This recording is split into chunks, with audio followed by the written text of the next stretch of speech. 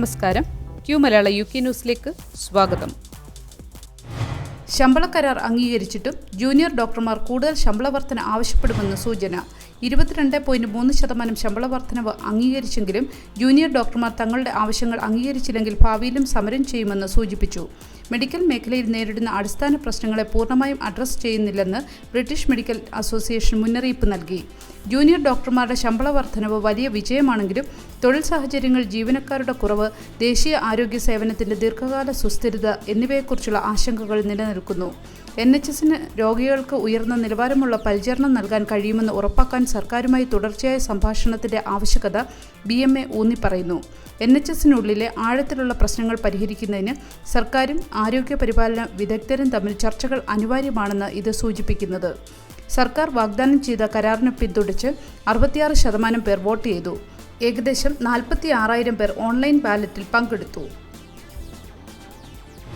Single personal council tax നിർത്തലാക്കിയേക്കുമെന്ന് സൂചന.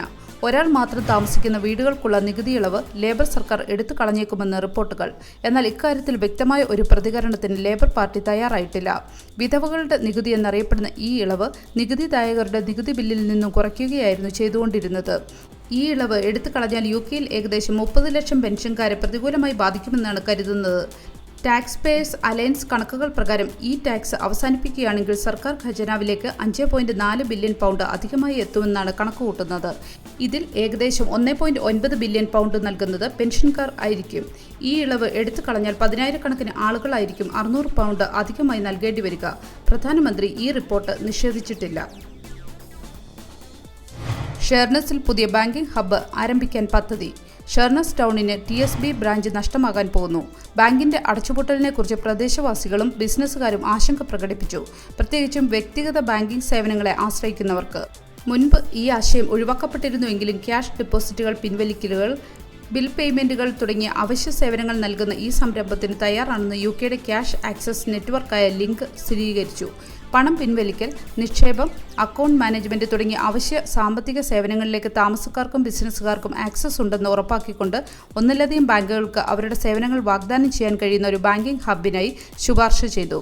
Bank of Ireland, Barclays, Danske, Standard, TSB, Virgin Money തുടങ്ങിയ ബാങ്കുകളുടെ ഒരു ഹബ്ബാണ് പ്രാദേശിക പ്രതിനിധികളും കമ്മ്യൂണിറ്റി ഗ്രൂപ്പുകളും സർക്കാരിനോട് ശുപാർശ ചെയ്തിരിക്കുന്നത്. UKയിലെത്തുന്ന മലയാളികളിൽ ഭൂരിഭാഗവും തട്ടിപ്പിനിരയാകുന്നതായി കേംബ്രിഡ്ജ് മേയർ. ഉന്നത വിദ്യാഭ്യാസത്തിനായി UKയിലെത്തുന്ന മലയാളി ചെറുപ്പക്കാരിൽ ഭൂരിഭാഗവും ഏജന്റുമാരുടെ തട്ടിപ്പിനിരയായി ചെറിയ ജോലി ചെയ്ത് ജീവിക്കുകയാണെന്ന് കേംബ്രിഡ്ജ് മേയർ ബൈജു വർക്കി തിട്ടാല പറഞ്ഞു. വിദ്യാഭ്യാസത്തിനാണെങ്കിലും ജോലിക്കാണെങ്കിലും വേണ്ടത്ര പരിശോധനയില്ലാതെ കടക്കാൻ ശ്രമിക്കുന്നതിനാലാണ് ഇത്തരം തട്ടിപ്പുകൾ നടക്കുന്നതെന്നും അദ്ദേഹം പറഞ്ഞു. ഉയർന്ന വിദ്യാഭ്യാസം നേടിയവർ പോലും കെയർ ഹോമുകളിലെ ജോലി ചെയ്യുകയാണെന്നും യൂറോപ്യൻ രാജ്യങ്ങളിൽ കുടിയേറ്റക്കാർക്കെതിരെ വംശീയമായും മറ്റുമുള്ള ആക്രമണങ്ങൾ നിലവിലുണ്ടെങ്കിലും അതിനെതിരെ ശക്തമായ നടപടികളാണ് ഭരണകൂടം സ്വീകരിക്കുന്നതെന്നും അദ്ദേഹം പറഞ്ഞു. കഴിഞ്ഞ മെയ്യിലാണ് കേംബ്രിഡ്ജ് സിറ്റി കൗൺസിൽ മേയറായി ബൈജു വർക്കി തിട്ടാല ചുമതലയേറ്റത്. 1 വർഷമാണ് അദ്ദേഹത്തിന്റെ കാലാവധി. UKയുടെ പുതിയ ഇ-വിസ പദ്ധതി ഡിജിറ്റൽ വിൻഡ്രഷ് അഴിമതി സൃഷ്ടിക്കുമെന്ന് ഓപ്പൺ റൈറ്റ്സ് ഗ്രൂപ്പ്. ദശലക്ഷക്കണക്കിന് കുടിയേറ്റക്കാരോടാണ് പുതിയ ഇ-വിസ പദ്ധതിക്കായി രജിസ്റ്റർ ചെയ്യാൻ അഭ്യർത്ഥിച്ചിട്ടുള്ളത്. ഡിജിറ്റൽ ഇ-വിസകൾ ഉപയോഗിച്ച് താമസിക്കാനും വാടകയ്ക്കെടുക്കാനും ജോലി ചെയ്യാനും ആനുകൂല്യങ്ങൾ ക്ലെയിം ചെയ്യാനുമുള്ള അവകാശം ലഭിക്കും. ഇവ ഫിസിക്കൽ ബയോമെട്രിക്സ് റെസിഡൻസ് പെർമിറ്റുകൾക്ക് പകരമായി രൂപകൽപ്പന ചെയ്തിരിക്കുന്നു. 2025 ജനുവരി 1 പദ്ധതി പ്രാബല്യത്തിൽ വരുന്നതിന് മുൻപ് തന്നെ ഇത് നിർത്തലാക്കണമെന്നാണ് ഓപ്പൺ റൈറ്റ്സ് ഗ്രൂപ്പ് പറയുന്നത്. UK അതിർത്തിയും ഇമിഗ്രേഷൻ സംവിധാനവും ഡിജിറ്റൈസ് ചെയ്യാനുള്ള സർക്കാരിന്റെ പദ്ധതികളുടെ ഭാഗമാണ് പുതിയ ഡിജിറ്റൽ വിസ. ഈ വിസകൾക്ക് അപേക്ഷിക്കാനുള്ള സമയപരിധി മാസങ്ങൾ മാത്രം ബാക്കി നിൽക്കെ അടുത്ത വർഷം ഒരു ഡിജിറ്റൽ വിൻഡ്രഷ് അഴിമതി തടയുന്നതിനും അടിയന്തര നടപടിയെടുക്കാൻ തങ്ങൾ പുതിയ ആഭ്യന്തര സെക്രട്ടറിയോട് അഭ്യർത്ഥിക്കുന്നുവെന്നും ഓപ്പൺ റൈറ്റ്സ് ഗ്രൂപ്പ് പറയുന്നു. ഇത് ഡിജിറ്റൽ ഡോക്യുമെന്റേഷൻ സിസ്റ്റം, ഡേറ്റ പിശക്, സിസ്റ്റം ക്രാഷുകൾ, മറ്റ് തകരാറുകൾ എന്നിവയ്ക്ക് സാധ്യതയുണ്ടാക്കുമെന്നാണ് ഓപ്പൺ റൈറ്റ്സ് ഗ്രൂപ്പ് പറയുന്നത്. 5 GPമാരിൽ ഒരാൾ ദൈനംദിന ജോലികൾക്കായി ChatGPT പോലുള്ള AI ഉപയോഗിക്കുന്നതായി സർവേ. അപ്പോയിന്റ്മെന്റുകൾക്ക് ശേഷം രോഗികൾക്കായി കത്തുകൾ എഴുതുന്ന പോലുള്ള ജോലികളിൽ സഹായിക്കുന്നതിന് GPമാരിൽ 5-1 പേരും ChatGPT പോലുള്ള ആർട്ടിഫിഷ്യൽ ഇന്റലിജൻസ് ഉപകരണങ്ങൾ ഉപയോഗിക്കുന്നുണ്ടെന്ന് സർവേ പറയുന്നു. BMJ health and care informatics ജേർണലിൽ പ്രസിദ്ധീകരിച്ച സർവേ 1006 GPമാരുമായാണ് സംസാരിച്ചത്. എന്നാൽ ഇത് രോഗികളുടെ സുരക്ഷയ്ക്ക് ഹാനികരമാകുമോ എന്ന് ഗവേഷകർ ഇതിനെ ചോദ്യം ചെയ്തു.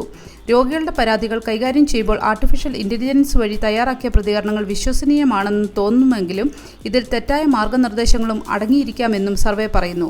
കൂടാതെ ജോലിസ്ഥലത്ത് ആർട്ടിഫിഷ്യൽ ഇന്റലിജൻസ് ഉപയോഗിക്കുന്നതിന്റെ നേട്ടങ്ങളെയും അപകടങ്ങളെയും കുറിച്ച് നിലവിലുള്ളതും ഭാവിയിലെയും ഡോക്ടർമാർക്ക് കൂടുതൽ അവബോധം ആവശ്യമാണെന്നും സർവേ പറയുന്നു. ഒരു നല്ല ദിവസം ആശംസിച്ചുകൊണ്ട് ഈ വാർത്താ ബുള്ളറ്റിൻ പൂർണ്ണമാകുന്നു. ചാനൽ ലൈക്കും സബ്സ്ക്രൈബും ചെയ്ത് പ്രോത്സാഹിപ്പിക്കണം.